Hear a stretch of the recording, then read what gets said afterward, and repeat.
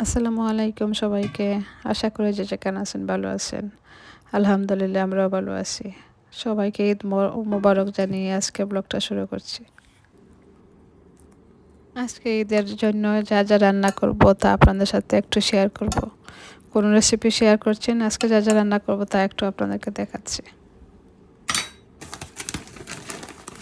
সবাই তো জানেন রেসিপি দেখাতে গেলে অনেক টাইম লেগে যায়, আর আমার তো জানেন অনেক রান্না বান্না, তাই রেসিপিটা দেখাতে গেলাম না। যা যা রান্না করব তাই একটু শেয়ার করব আপনাদের সাথে। এই তো এখানে অনেক কিছু ভিজিয়ে রেখেছি। আইড় মাছ ভিজিয়েছি, সরি আইড় মাছ না, রুই মাছ ভিজিয়েছি, মিট ভিজিয়েছি। যা রান্না করবো সবটুকু সব কিছু বের করে রেখেছি। এখানে মিটটাও বয়েল করে নিচ্ছি, কারণ আমরা মিটটা বয়েল করে খাই, এমনিও খাই না, তাই সব কিছু মিটটা বয়েল করে দিচ্ছি। এখানে খিচুড়িটা রান্না করছি। এখানে রোস্টের জন্য অনেক চিকেন আনা হয়েছে, ঘরে ছিল বাট হবে না করে তাই আরও কিছু আনিয়েছি। এই তো সব কিছু দেখালাম আপনাদেরকে। এখন আমি প্রিপারেশন নিচ্ছি কি রান্না বসিয়ে দেব। সব কিছু ধোয়া মোছা করে নিচ্ছি, কেটেও নিব এখন।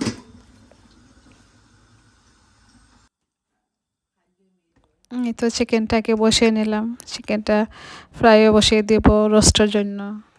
এই তো মিঠো বল করে নিচ্ছি, এখানে কিছু পেঁয়াজও কেটে নিয়েছি। আগে মিটটা বসিয়ে দেবো, কারণ অনেক বড় বড় ডেকচি, তাই একটা বসিয়ে দিলে আর একটা বসানো যায় না, তাই একটা বসিয়ে অন্য একটা ছোটো একটা দিয়ে কাজ করছি। এখানে আমাদের ইফতারের জন্য কিছু রেডি করছি, ছোলা বোনা করছি। মাছটা আমি বোনা করবো টমেটো দিয়ে, তাই বিরান করে নিচ্ছে আগে। ফ্রাই করে নিলে কি মাছটা ভেঙে না, তাই খেতেও দারুণ লাগে, আর মাছটা ভেঙেও না, রাঁধতে খুব সহজ হয়। এই তো আস্তে আস্তে করে একটা একটা রান্না করেছি। এখানে মিটটা রান্না করে ফেলেছি, এখানে আর কি রান্না করছি, মাছটা বোনা করেছি। এখানে বিরিয়ানি রান্না করব, তাই মিটটাও রান্না করে ফেলেছি। আস্তে রান্না বান্নার পালাটা শেষ হয়ে গেছে, এখন ইফতারের কিছু আইটেম আছে, এটাকে ভেজে নেব। কিন্তু রোস্টও করে নিয়েছি, এখানে প্রায় 50 পিসের মতন হবে রোস্ট। আমার একটা অনেক বড়, ভিডিওতে দেখা যাচ্ছে না অনেক বড় করে। এই তো ইফতারটাও রেডি করছি, সাথে সাথে অনেক অনেক কিছু বানিয়েছি, সবগুলো তো আর দেখাতে পারছি না আপনাদের। এক এক সময় মনে হয় ভিডিও করতে মনে হয় থাকে না, রাতে সবসময় তাড়াহুড়ো থাকে, আমি শেষ করে ফেলি, ভিডিওটা করতে মনে হয় থাকে না, হঠাৎ মনে হয় তাই ভিডিও ফোনটা নিয়ে আসি। এই তো আরও কিছু ইফতারের আইটেম, এটাও রেডি করেছি। আমি কি করেছি আবার, আগে আগে রান্নাটা করে ফেলেছি। সবাই বলেছিলেন বৃহস্পতিবার ঈদটা হবে, নাহলে শুক্রবারে হবে। আমি রিস্কটা নিয়ে আমি বৃহস্পতিবারে রান্না করে ফেলেছি, বুধবারে রান্না করে ফেলেছি।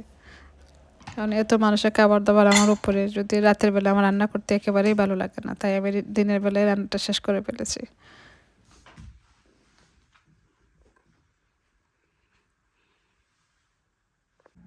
এটা ছিল ঈদের দিন সকালবেলা একটু ভিডিও করে নিলাম। সবাই যাচ্ছেন নামাজে, সবাই চলে গিয়েছেন, এখানে গাড়ি রেখে গেছেন, আমি একটু ভিডিও করে নিচ্ছি।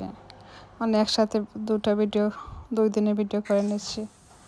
কারণ এত ভিডিওটা ফটো কীভাবে যে ডিলিট হয়ে গেছে আমার ফোন থেকে, আমি নিজেও বলতে পারি না, মনে হয় আমিও ডিলিট করে ফেলেছি কোনো রকম, কোনো সময় মনেই ছিল না। এই তো ঈদের দিন সকালবেলা সব কিছু নাস্তা বের করে রেখেছি। এখানে সেমাই বানাবো, সমোসা বিরান করে নেব। আলাদা আলাদা করে ভিডিও দেই, সেটা তো অনেক দিন হয়ে যাবে। এই ভিডিওটা আমার আপলোড হতে হতে আর 2-1 দিন চলে যাবে, তাই ভাবছি একসাথেই 2 দিনের ভিডিও দিয়ে দিই। আমি যে করে সব কিছু নিজে ব্যস্ততার কারণে সব ভালোভাবে ভিডিও করতে পারিনি, পিকচার তুলতে পারিনি, তাই যা করছি তাই একটু শেয়ার করছি আপনাদের সাথে, যা আছে তাই দিয়ে দিই। হ্যাঁ, এখানে নারিকেলের পিঠে আমার ভাইয়ের বউ নিয়ে আসছে, এত মজা হয়েছিল পিঠাটা, থ্যাংক ইউ আরিফা, বড়াও নিয়ে আসছে, আমি একটু ভিডিও করে রাখলাম। এই তো টেবিলে সবাই বসে আছেন, নাস্তা করেছেন, আমি একটু সাইড করে ভিডিওটা করে এনেছি। কারণ সবাই আমার মামাতো ভাই সবাই নামাজটা পড়ে আমাদের ঘরে চলে আসেন, কারণ আমার শ্বশুর শাশুড়ি সবাই সালাম করার জন্য ওনারা চলে আসেন, নাস্তা করে যান, পরে এসে একে ডিনারটা করেন। ও সরি লাঞ্চ সব কিছু একসাথে হয়ে যায়। এই তো এখানে ডিজেটের পালা, ডিজেটটা এনেছে, সবাই নিয়ে এসেছেন ডিজেট। আমার ছোট যা এই ডিজেটগুলো মানিয়ে এনেছে, এত সুন্দর হয়েছিল, এত মজা হয়েছিল মাশাআল্লাহ। এখানে আমার ননদ সবাই নিয়ে এসেছেন, তারা ওনারাও নিয়ে এসেছেন ডিজেট বানিয়ে। আমাকে বলছেন তুমি কোনো ডিজেট বানিও না, আমরা সবাই নিয়ে আসবো, তাই আমি কোনো ডিজেট বানাইনি। আমি শুধু সকালের জন্য একটা সেমাই বানিয়েছি, এত মজা হয়েছিল সেমাইটা, আর ভিডিও করতে রেসিপিটা শেয়ার করতে পারছি না। এটা ছিল পরের দিন, গিয়েছিলাম লন্ডনে। লন্ডনে গিয়েছিলাম, আমার এক মামা খুবই অসুস্থ, ওনার ঘরে। এখানে আমার বোনও থাকে, ওর ঘরে গিয়ে বসছিলাম প্রথমে, পরে মামার ঘরে গিয়েছিলাম আর কি। এই ছিল আমার ব্লগ আজকে, এই পর্যন্তই। সবাই ভালো থাকবেন, সুস্থ থাকবেন। এই তো আর কি বলবো, আমার বোনে তো এত এত খাবার রেডি করেছে আমাদের জন্য, ওর করো তো খেয়ে আসছে। করে ভিডিও করেছি, ভিডিওটা করতে মনও করেছিল না, কারণ আমার দেখতে গিয়ে এত মন খারাপ হয়েছিল, তাই ভিডিও করতে ভালো লাগে না। আমার বোনটা ঘর এত সুন্দর করে সাজিয়েছে, তাই একটু ভিডিও করে আনলাম ওর ঘরটা।